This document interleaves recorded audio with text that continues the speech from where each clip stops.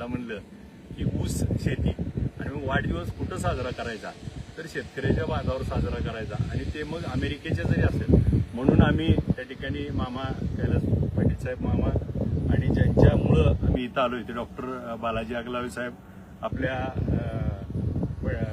धाराशिववरनं उदयजी आणि आपल्या पंढरपूरचे नाथ चौकातले बिराजदार साहेब आणि सगळी टीम आम्ही ऊसाची शेती बघायला जातो.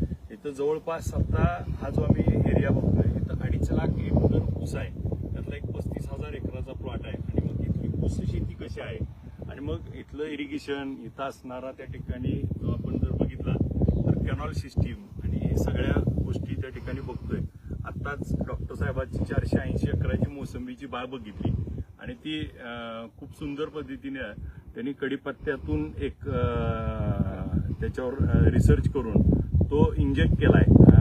डॉक्टर साहेब देखील आपल्याला याबद्दल बोलणार आहेत आणि इथली शेती इथली त्या ठिकाणी आधुनिकता त्यांच्याकडचे 300 HP ट्रॅक्टर इथले अवजारं आता थोड्या वेळामध्ये त्याचा व्हिडिओ देखील मी अवजाराचा काढीन आणि ते देईल.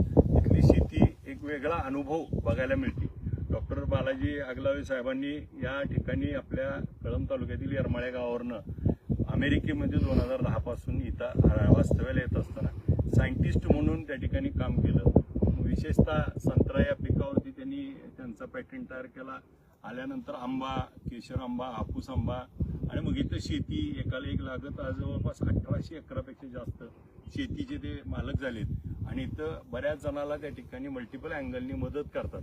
एक पॉप्युलर व्यक्तिमत्व या अमेरिकेमध्ये त्या ठिकाणी आपल्या ग्रामीण भागातला मराठी आवाज इथं होतोय आणि त्यांच्यामुळं आम्ही 3 दिवसाची जी लेजिस्लेटिव्ह कॉन्फरन्स होती देशभरातनं 7,700 आमदार त्या ठिकाणी आले होते जगभरातून आणि महाराष्ट्रातनं आम्ही 11 आमदार होतो आणि बाकीचे 32 आमदार देशातनं आले होते.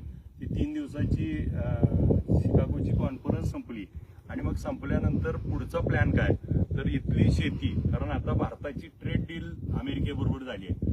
अमेरिकेत जर बघितलं तर सगळ्या वस्तू त्या ठिकाणी महाग आहेत. इथं पाण्याची बॉटल देखील $3 300 रुपयाला आहे आणि इथली मका मात्र 400 रुपये क्विंटल 800 रुपये क्विंटल किंवा इथली पिकं शेतीमाल त्या ठिकाणी स्वस्त आहेत. मग हे नेमकं काय प्रकार आहे या आपल्या देशावर होणारे परिणाम चांगले वाईट ह्याचं सगळं समजून घेणं आणि डॉक्टर साहेबांची त्या ठिकाणी इथं असलेली शेती इथं असलेला जनसंपर्क आज त्यांचं मला पंढरपूरचं म्हणून कौतुक करावं वाटतं की ते वारकरी आहेत आणि ते पंढरपूरची वारी 3 ते 4 वेळा पायी केलेली आहे आणि ते त्या ठिकाणी वारकरी संप्रदायात असल्यामुळं पूर्ण व्हेजिटेरियन आहेत. त्यांनी अजून स्प्राईट आणि थम्सअपची चव बघितली नाही आणि मग मराठी माणूस त्या ठिकाणी स्वतः समुद्रापलीकडे राहून सुद्धा आज आपल्याला सांगितलं जातं की टेबलला बसल्यावर मैत्री चांगली होती परंतु निर्व्यसनी राहून देखील प्रगती करता येते. 1800 एकरापेक्षा त्या ठिकाणी मोठा त्या ठिकाणी तर साम्राज्य उभा केलं.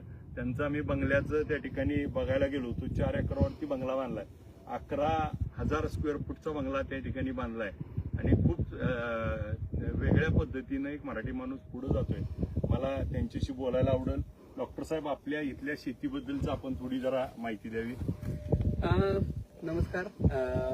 पहिल्यांदा मी कैलास पाटील साहेब आमच्या म्हणजे मतदारसंघाचे आमदार आणि अभिजित पाटील साहेब त्यांच्या दोघांचं मनापासून अमेरिकेत स्वागत करतो आणि मला त्यांचं विशेष हे आवडलं की ज्यावेळेस आमचं चालू होतं किंवा त्यांना अमेरिकेत यायचं आहे तर त्या दोघांनी पण एकच गोष्ट सांगितली की आम्हाला शेती बघायची आहे. आम्हाला कोणतं एखादं टुरिस्ट ठिकाण वगैरे बघायचं नाही, आम्हाला तिथे आम्हाला शेती बघायचं. सो शेतीचं थोडं आम्हाला नॉलेज द्या जेणेकरून ते नॉलेज ते आपल्या मतदारसंघात जाऊन शेतकऱ्यापर्यंत पोहोचतील.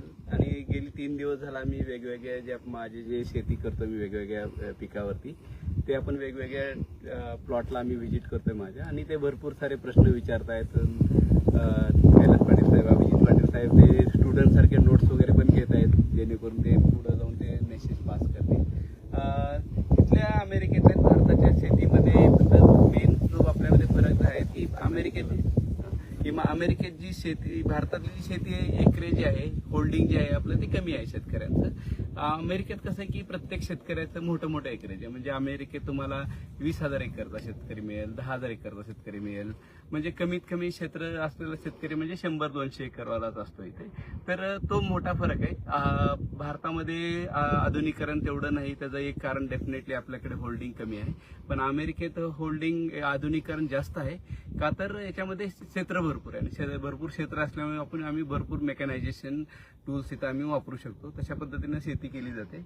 आम्ही आताच ऑरेंजचं एकरेज पाहिलं जिथे, किंवा ज्यूस ऑरेंजेस, प्रोसेसिंग ऑरेंजेस आपण ज्याला म्हणतो ते पाहिलं. आणि नवीन आता आम्ही 2 दिवस झाले डिस्कस करत आहे किंवा भारतामध्ये आपण असे कोणते पिकं आपण इंट्रोड्यूस करू शकतो जे की भारतात सध्या नाहीये, पण ज्या पिकाला आंतरराष्ट्रीय बाजारामध्ये डिमांड आहे. अशी काही पिकाची पण आम्ही चर्चा केली. आणि आता मी फ्लोरिडामध्ये राहतो, तर फ्लोरिडाचं वेदर कंडिशन बघितलं आणि आपल्या महाराष्ट्राचं वेदर कंडिशन बघितलं, जवळपास 95% वातावरणामध्ये सिमिलरता आहे. म्हणजे सेम वेदर कंडिशन आहे महाराष्ट्राची पण आणि फ्लोरिडाची पण.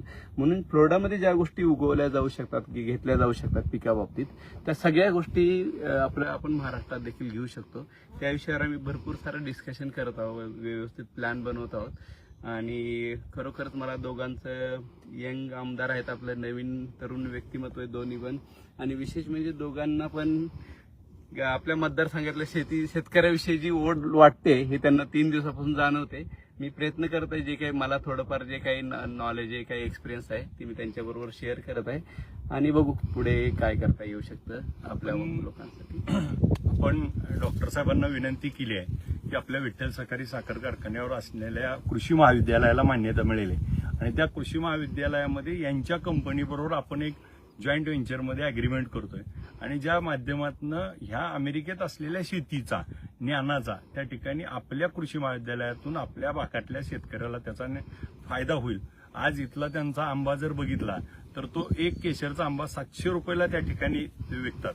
आणि मग अशा पद्धतीनं जर आपल्या शेतकऱ्याला भाव मिळाला तर आपल्या शेतकऱ्यावर जे आज संकट आहे, जे आज आपल्या शेतकऱ्याला आत्महत्या करायची वेळ येते, कर्जमाफी द्यावी लागते आणि सातत्यानं अडचणी येतात, तर त्याला त्या ठिकाणी यांची टेक्नॉलॉजी ही आपल्या कृषी महाविद्यालयाला त्या ठिकाणी अटॅच केल्यानंतर नक्की भविष्यामध्ये आपल्या भागातल्या टेक्नॉलॉजी. आणि मी या माध्यमातून डॉक्टर साहेबांनी एक आव्हान देखील केलंय की आपल्या भागातले जे विद्यार्थी आहेत, ज्यांना शेती कृषीमधलं त्या ठिकाणी आवड आहे, त्यांचं इंग्लिश चांगलं आहे आणि अशांना त्या ठिकाणी इथं ते त्यांच्या कंपनीत जॉब देखील देऊ शकतात.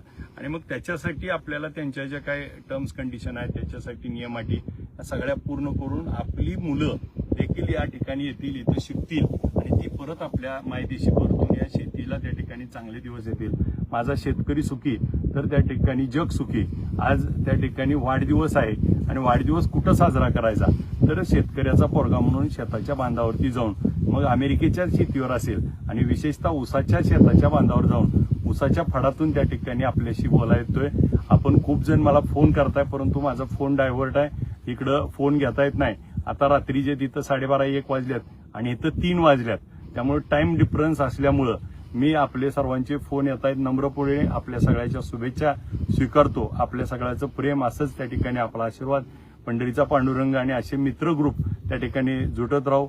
आपल्या सगळ्याच्या शुभेच्छा नम्रपणे स्वीकारतो आणि आल्यानंतर लवकरच त्या ठिकाणी भेटूया.